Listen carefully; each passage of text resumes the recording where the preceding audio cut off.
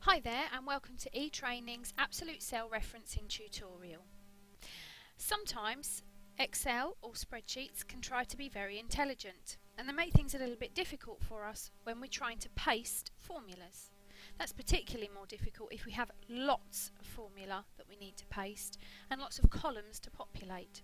So we use a trick called Absolute Cell Referencing, and that's us telling Excel absolutely don't look anywhere else except where I'm telling you to look. There's a good example in front of me here today. This is my theme park trip. The first thing I need to do is work out the cost of my Jones family, Smith family, Kerry and so on. There are a number of adults and children attending, and what I want to do is populate the cost column, but I want to do it as quickly as possible.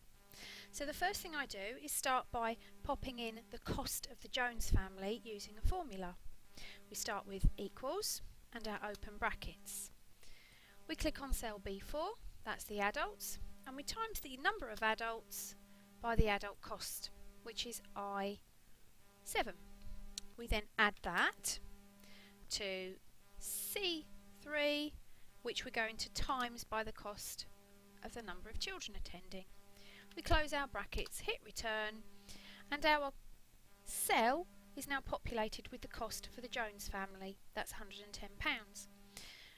On most occasions you would simply grab the box, drag it down, and it would copy and paste that formula for you. But what's happening here is Excel tries to be super intelligent, and it works on a row by row basis. So it assumes if you're working with this row here and this row here, that you get an answer in here. What then happens is this row here works with this row here, and this row here works with this row here, but there's nothing in this row or this row and all the way down, and that's why we have these noughts appear here. What we're going to now do is select the undo button, and it brings me back up to my £110.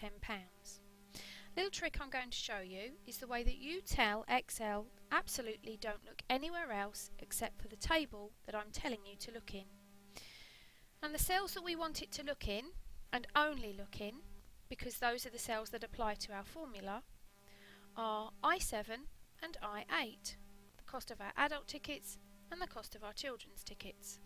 These cells will all stay different. So what we're going to do is, in our formula bar at the top here, just click in front of I17. That's this cell here. That's the one that we want to tell it don't look anywhere else except I17.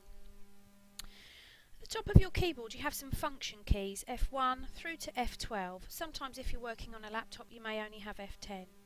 I want you to hit function key F4. Press nothing else except that F4 function key.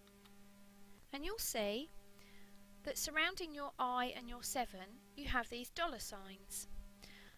If you like, they protect that cell. That's a way of saying only look in this cell here, protect it.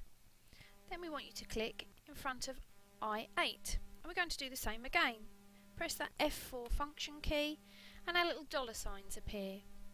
From this point here you just press return, and everything in your cell appears to stay the same. Still says £110, and not much really has happened, except when you click on that cell, hover over your little box at the bottom and drag down that formula, you've now populated your column using absolute cell referencing. This won't always apply, but it is quite an important trick to remember, particularly if you're using something like a VLOOKUP function or tables like this, where you only want Excel to look in this table to find the information that you might be basing a formula on.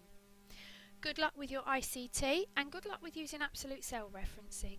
Don't forget that you can get in touch with us at eTraining if you have any more questions or queries. Thank you.